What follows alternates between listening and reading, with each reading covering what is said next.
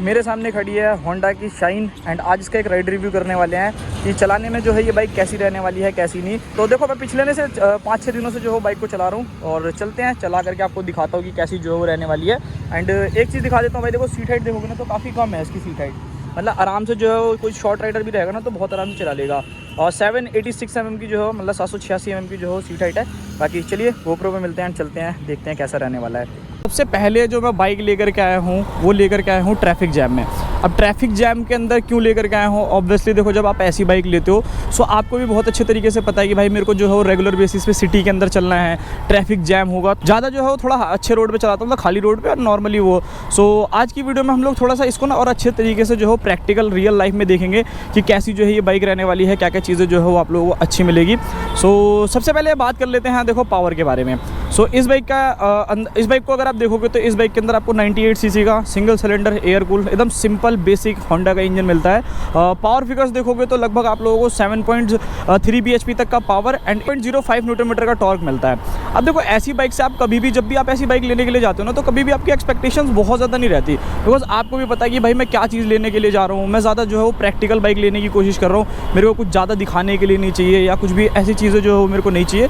सो उस कंडीशन में क्या है कि ये बाइक एकदम परफेक्ट रहती हैं कि हाँ 100 सीसी की जो है बाइक आप लोग ले सकते हो। सबसे पहली चीज़ जो मुझे इस बाइक की सबसे अच्छी लगी भाई, मतलब अगर आप इसके सेगमेंट में देखोगे लाइक स्प्लेंडर को देखते हो, प्लेटिना को देखते हो, तो सबसे अच्छी चीज़ इस बाइक की ये है कि भाई इसको ना आप मतलब आराम से जो है वो इसको हैंडल करना बहुत ज़्यादा ईजी है। वैसे तो देखो स्प्लेंडर प्लेटिना को भी करना कोई बहुत बड़ी बात नहीं है, बट इसका वेट जो है ना वो इसको बहुत ज़्यादा प्लस पॉइंट देता है। सिर्फ और सिर्फ 99 kg की जो है ये बाइक है, ऑलमोस्ट 100 kg जो है हम लोग मान करके चलते हैं। सो 100 kg होने की वजह से क्या है ना कि बहुत ही ज़्यादा लाइट वेट है, तो आप बहुत ही आराम से रियल लाइफ में, जैसे अभी मैं ट्रैफिक में चल रहा हूँ सो मेरे को इतना ज़्यादा सोचना नहीं पड़ रहा है कि भाई मैं यहाँ से निकालूँ नहीं निकालूँ, ऐसे लेके जाऊँ कि नहीं लेकर के जाऊँ। बहुत सिंपली तरीके से जो है मैं इस बाइक को आराम से जो है परफेक्टली चला रहा हूँ। सो ये एक चीज़ जो है मुझे काफ़ी ज़्यादा बढ़िया लगी। एंड जैसा रेगुलर बेसिस पे भाई पोर्ट होल्स एंड बाकी सारी चीज़ें मिलती है, वो सारी चीज़ों के बारे में भी आपको बताऊँगा। थोड़ा सा भगाते हैं, एक बार कोशिश करते हैं, देखते हैं कितना भागती है ये। 4 स्पीड का गियर बॉक्स है भाई। सो अभी ये 3rd गियर में जा रही है, 60-70 मतलब खिंच जाएगी अच्छी खासी। और ऐसा नहीं है कि मैं ये रिव्यू डायरेक्ट ऐसे बना रहा हूँ कि मैंने बाइक उठाया बनाना शुरू कर दिया। भाई ये बाइक मेरे पास कम से कम पिछले 5-6 दिनों से है। सो मैंने क्या किया कि इसको पहले मतलब प्रॉपर चलाया, क्योंकि मेरे को क्या क्या चीज़ें अच्छी लग रही हैं, क्या कमियाँ लग रही हैं, उन सभी चीज़ों के बारे में भी बात करेंगे। सो वो एक चीज़ जो है यहाँ पर रहने वाली है। तो मज़ा आ रहा है भाई सिटी में चलाने में, तो लिटरली आपको मज़ा आएगा इस बाइक को ना, बिल्कुल भी भारी फील नहीं होती है। सो ये काफ़ी ज़्यादा प्लस पॉइंट है। बाकी इसका अगर आप लोग क्या कहते हैं कंसोल देखोगे तो भाई प्रॉपर जो है डिजिटल मीटर मिलता है, जहाँ पर अगर आप लोग कंपटीशन से कंपेयर करोगे तो वहाँ मोस्टली जो है वो एनालॉग मिलेगा। एंड अगर आपको डिजिटल चाहिए भी तो उसके लिए आपको एक्स्ट्रा पैसे खर्च करने पड़ेंगे। लाइक स्प्लेंडर देखोगे सो जो उसका 1.25 मिलियन वाला जो वेरिएंट है, जो स्पेशल एडिशन है, उसके अंदर आप लोगों को जो है वहाँ पर डिजिटल मीटर मिलता है। बट उसके अलावा अगर आप देखोगे तो ऐसा आपको डिजिटल मीटर जो है नहीं मिलता किसी में भी। तो वो एक चीज़ रहने वाली है, बेसिक है, बहुत ज़्यादा मैं इन्फॉर्मेटिव नहीं कहूँगा, बिकॉज ना तो गियर इंडिकेटर एंड शायद मुझे लगता है कि कोई और ऑफर भी नहीं करता आपको गियर इंडिकेटर एंड ऑल। बस ये है कि आपको फ्यूल का पता चल जाएगा, स्पीड का आपको पता चल जाएगा, कितना किलोमीटर जो है वो गाड़ी चलने वाली है या एवरेज कितना दे रही है, टाइम जो है, ये सारी चीज़ें आपको पता चल जाती हैं। सो ये सारी चीज़ें जो है अपने हिसाब से मैनेज कर लोगे। डेली मर्रा की ज़िंदगी में अगर मैं बात करूँ इस बाइक के बारे में, जैसा अभी देखो मैंने पिलियन भी बिठा रखा है अपने पीछे, ताकि मैं एक्चुअल में थोड़ा समझ सकूँ, बिकॉज ऐसी बाइक्स को तो भाई आप लोग ले करके चलोगे, पिलियन हो गया साथ में या घर वालों के साथ जो है यूज़ करोगे। सो मेरे को लगता है कि परफेक्ट है, पावर की भी कोई खास कमी जो हो बिल्कुल भी महसूस नहीं होगी, बहुत ही ज़्यादा मस्त एकदम ठीक ठाक पावर जो है ये जनरेट करती है। बट देखो अगर आप कंपेयर करोगे, जैसे मान लो आप लोगों ने सोचा कि भाई मैं प्लेटिना से कंपेयर करता हूँ या स्प्लेंडर से करता हूँ, उसके कंपैरिजन में अगर आप देखोगे तो उनमें पावर ज़्यादा है, इसके अंदर कम है। इसके अंदर 7.3 bhp के आसपास का पावर है, उनमें 7.9 है, 7.8 है, ऐसे है। बट ये डिफरेंस पता है कहाँ आता है, जब ये बाइक का वेट देखोगे ना तो वो सभी बाइक्स जो है वो कम से कम 5-6 किलो जो है भारी आपको मिलेंगी। लगभग जो प्लेटिना है वो 117 किलो के आसपास का जो है वेट करती है, जो स्प्लेंडर है वो 112 किलो का वेट करती है। सो उस कंडीशन में होता क्या है कि ये जो है 99 kg है तो उनसे काफ़ी हल्के, तो पावर टू वेट रेशियो जो है उसका काफ़ी अच्छा निकल करके आता है। एंड मनूवरिंगेबिलिटी के बारे में बात करूँ, जैसे मैं अभी ट्रैफिक जैम में चल रहा हूँ तो भाई आपको कोई भी एफर्ट ही नहीं करने पड़ेंगे इस बाइक के साथ, कहीं से भी आप लोग निकाल सकते हो। बहुत प्यार से निकलती है। अब बात करते हैं ब्रेकिंग सिस्टम के बारे में। सो इसके अगर कंपटीशन में देखा जाए तो सिर्फ और सिर्फ शायद आई थिंक स्प्लेंडर ही आती है जिसके अंदर आपको फ्रंट के अंदर डिस्क वाला वेरिएंट देखने को मिलता है, उसके अलावा बाकी सब में ड्रम मिलता है। अब इसका जो फ्रंट का ड्रम ब्रेक है वो है 130 mm का एंड पीछे देखोगे तो 110 mm का। सो थोड़ा सा क्या है कि आगे की तो ब्रेकिंग मस्त है भाई, एकदम देखो ऐसे ब्रेक मारती है ना, मतलब पता चलता है, आपको फील होगा कि हाँ भाई ब्रेकिंग जो है वो काफ़ी अच्छी ले रही है। एंड दोनों को साथ में यूज़ करते हो, यानी कि कंबाइन ब्रेकिंग सिस्टम तो आता ही है, सो वो और ज़्यादा अच्छे तरीके से जो है वो आप लोगों को ब्रेकिंग जो है वो काफ़ी अच्छी प्रोवाइड करता है। बट मेरा यहाँ पर ये कहना है कि लाइक अगर आप स्प्लेंडर को देखोगे ना तो उसके अंदर ब्रेकिंग थोड़ी सी और ज़्यादा इंप्रूव्ड मिल जाएगी। एक तो डिस्क ब्रेक वाला वेरिएंट्स आपके लिए अवेलेबल है, सेकंड चीज़ ये कि जो उसका रियर वाला ड्रम ब्रेक का साइज़ है वो भी 130 है, इसमें 110 है एंड प्लेटिना के अंदर भी 110 है। तो वो एक थोड़ा सा जो है वो कहीं ना कहीं आप लोगों के लिए थोड़ी सी, मतलब बहुत ज़्यादा डिफरेंस नहीं आएगा, बट हाँ हल्का फुल्का आपको ऐसा लगेगा कि उन बाइक्स की जो स्टॉपिंग एरिया है या डिस्टेंस है वो थोड़ा कम है इसके कंपेरिजन में। सो ये एक चीज़ रहने वाली है। सो थोड़ा सा पुश करते हैं, अभी सेकंड गियर है, देखते हैं 50 के आसपास गई है। ये थर्ड गियर है एंड ये फोर्थ गियर है भाई। सो देखो मैंने टॉप स्पीड अकेले में भी लगाने की कोशिश करी थी तो आराम से ये 97 के आसपास में जो वो चली गई थी। आई होप कि भाई और भी ज़्यादा जाएगी, बिकॉज मेरा वेट जो है थोड़ा सा ज़्यादा है भाई, इस वजह से हो सकता है कि थोड़ा सा बाइक जो है उसको एफर्ट्स लगाने पड़े। अगर कोई हल्का बंदा बैठ करके चलाएगा ना तो उसको थोड़ा सा और अच्छा टॉप स्पीड जो है वो मिल जाएगा। ब्रेकिंग जैसे मैंने बोला भाई ओके रिपोर्ट है। सस्पेंशंस के बारे में बात करते हैं। सो इस बाइक को जो मैंने ऑब्जर्व किया इसके सॉकर्स के बारे में, सो भाई आगे का सस्पेंशन ओके रिपोर्ट है, चाहे आप सिंगल चलो चाहे आप डबल चलो, ऐसा आपको बहुत ज़्यादा जो है कंफर्टेबल आपको फील होने वाला है। फ्रंट का सस्पेंशन मतलब सारा का सारा शॉक जो एब्जॉर्ब करता है। बट पीछे वाले के बारे में बात करूँ तो देखो अगर आप सिंगल चलते हो उस पर तो थोड़ा सा झटका जो है वो ज़्यादा लगता है, बट अगर आपके साथ कोई थोड़ा सा वेट है या आपके साथ कोई पिलियन बैठ जाता है ना तो वो सस्पेंशन क्या है कि थोड़ा सा और अच्छे से दब जाते हैं। तो उसकी वजह से होता है क्या है कि आपको ना मतलब ज़्यादा फील नहीं होता। अगर आप सिंगल चलोगे तो थोड़ा सा झटका जो महसूस होने वाला है। सो वो एक चीज़ जो है आप ज़रूर ध्यान में रखिएगा। बाकी टायर्स के बारे में बात करी जाए तो इसके अंदर 2.75 mm का जो है फ्रंट में टायर आता है, ट्यूबलेस टायर है एंड 3.00 का जो है वो 17 इंचेस का आपको रियर में टायर मिलता है। अब इन बाइक्स के लिए अगर आप देखोगे तो भाई मुझे लगता है कि बेस्ट है, मतलब आराम से जो हो आप लोगों को अच्छा एवरेज देने के लिए। ग्रिप वाइज अगर आप देखते हो एकदम स्ट्रेट चलते हो कोई दिक्कत नहीं है। थोड़ा बहुत अगर आप लीन इन द सेंस कि भाई बहुत ज़्यादा वाला लीन नहीं, नॉर्मल, जैसे मान लो मेरे को यहाँ पर अब ये रोड फ्लाईओवर जो है मोड़ रहा है तो मैंने इधर की तरफ ऐसे करके थोड़ा सा टिल्ट कर लिया। सो इन सब चीज़ों के लिए ठीक है। बाकी कुछ ज़्यादा करने की कोशिश करोगे तो आप ही लीन हो जाओगे, तो वो एक चीज़ ज़रूर ध्यान में रखना। एंड ये जो मैं वेरिएंट चला रहा हूँ ये DX वेरिएंट है, यानी कि टॉप वेरिएंट जो होंडा का शाइन का रहने वाला है। सो टॉप वेरिएंट में क्या है कि जो टायर है ना वो ट्यूबलेस आते हैं। सो पहले ट्यूब वाले आया करते थे, अब ट्यूबलेस टायर हो गए, तो आपको उसकी भी टेंशन नहीं रहने वाली। आराम से अगर पंचर वो होता भी है सो आपके पास इतना डिस्टेंस है या फिर आपके टायर में इतने रहेगा कैपेसिटी कि आप उसे ईजिली जो हो ले करके जा सकते हो। सीट कंफर्ट के बारे में बात करते हैं। डेली रोज़मर्रा की ज़िंदगी में जब आप इसे लेके चलते हो, मतलब कंफर्ट के बारे में प्रॉपर बात करते हैं। सो मेरा पोस्चर आप देख सकते हो, मैं बिल्कुल ही एकदम नॉर्मल बैठा हूँ, काम हो करके, कोई दिक्कत जो है वो मुझे बिल्कुल भी फेस नहीं करने को मिल रही। आराम से जो है रिलैक्स पोजीशन में बैठा हूँ। पैर देखोगे तो बिल्कुल ऐसे एल शेप में जो बने हैं, तो यहाँ पे भी मुझे कंफर्ट में कोई दिक्कत नहीं है। एंड सीट्स के बारे में बात करूँ, काफ़ी ज़्यादा बड़ी है, काफ़ी अच्छी सीट जो है वो रहने वाली है। कुशनिंग थोड़ी सी जो है वो मेरे को हार्डर साइड लगी, बट ठीक है, मतलब मैनेज कर लोगे, कोई दिक्कत नहीं है।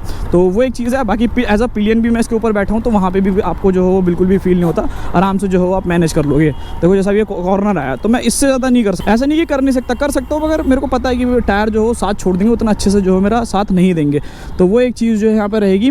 एंड गियर बॉक्स के बारे में बात करूँ तो भाई दो चीज़ों से तो मुझे सच में इस बाइक से प्यार हो गया, सच बता रहा हूँ। सो भाई जैसा मैंने आपको बोला कि दो चीज़ों से जो मुझे प्यार हुआ है ना, मैं सच बता रहा हूँ, जब आप इस बाइक को खुद चलाओगे तब आप बोलोगे कि हाँ भाई बंदा सही बोल रहा था। पहली चीज़, इस बाइक का क्लच इतना लाइट है, इतना स्मूथ है कि मैं क्या बताऊँ भाई। मतलब मैं कह रहा हूँ स्लीपर क्लच भी फेल है। मेरी R15 के अंदर स्लीपर क्लच आता है, कभी कभी मुझे ऐसा लगता है कि कितना ज़्यादा हार्ड हो गया है, बट ये बहुत मक्खन काम कर रहा है, लिटरली बहुत ज़्यादा मक्खन काम कर रहा है। सेकंड चीज़, इस बाइक का जो गियर बॉक्स है, मतलब मैंने स्प्लेंडर भी, ऑब्वियसली आप लोगों में से हर बंदे ने, मोस्टली जितने भी बाइक चलाते हैं बंदे जिन्हें आती है, स्प्लेंडर तो चलाई ही होगी भाई। उसमें क्या है ना कि थोड़ा सा जो गियर बॉक्स है ना वो आपको एक तो हार्डर साइड फील होता है, और दूसरा क्या है ना थोड़ा बहुत अटकता है। मैं इसको इतने दिनों से चला रहा हूँ भाई, कभी मुझे ये इशू आया ही नहीं कि गियर को जो है वो अटक रहा है या मैं एकदम से सेकंड गियर में जाना चाहता हूँ, थर्ड में जाना चाहता हूँ। जैसे मर्जी वैसे आप इसे मैनेज कर लो, ये वैसे ही मैनेज हो जाएगा। मतलब कभी भी आपको दिक्कत जो बिल्कुल भी फेस करने को नहीं मिलेगी, इतना स्मूथ जो इसका गियर बॉक्स है। एंड उसी के साथ एक और चीज़ जो मुझे काफ़ी अच्छी लगी कि एकदम ना साइलेंट है।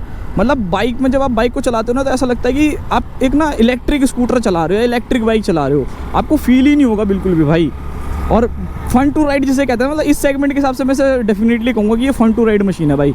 मज़ा आएगा आपको इसे चलाने में ना, कभी भी स्ट्रेस फील नहीं होगा। ऐसा नहीं है कि स्प्लेंडर को या देखते हो या प्लेटिना को देखते हो तो उसमें आपको दिक्कत होगी, बट हाँ थोड़ा सा वेट की वजह से, थोड़ा सा इंजन जो है उसकी वजह से जो हल्का फुल्का आपको फ़र्क जो पता चलता है। Now vibration and heating issue के बारे में बात करते हैं।